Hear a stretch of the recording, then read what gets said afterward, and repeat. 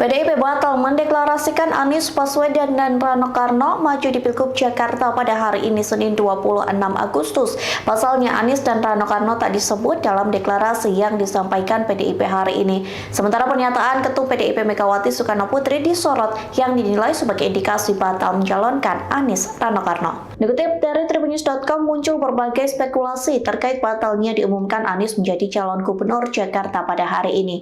Adapun spekulasi yang beredar terkait perdebatan internal partai tersebut. Dikabarkan sejumlah kader atau anggota PDIP belum setuju dengan kebijakan partai untuk mencalonkan Anies. Ada pula yang menyebut PDIP hanya menunda deklarasi Anies sebagai cagup Jakarta. Sementara beredar potret yang memperlihatkan momen Anies sungkem dan minta doa restu kepada ibundanya, yakni Alia Rashid Baswedan. Anies yang menggunakan kemeja berwarna merah disebut bertolak ke kantor DPP PDIP dari kediamannya pada hari ini.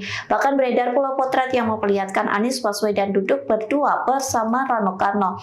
Namun sebagian pihak kemudian menjadikan pernyataan Megawati dalam pidatonya hari ini sebagai indikasi batalnya PDIP memajukan Anies Baswedan. Dalam pidatonya di hadapan para calon kepala daerah, Megawati menyinggung soal dialektika politik di Pilkada 2024. Megawati lalu menyinggung soal calon kepala daerah dari PDIP yang harusnya juga menjadi kader PDIP. Download Tribun X sekarang, menghadirkan lokal menjadi Indonesia.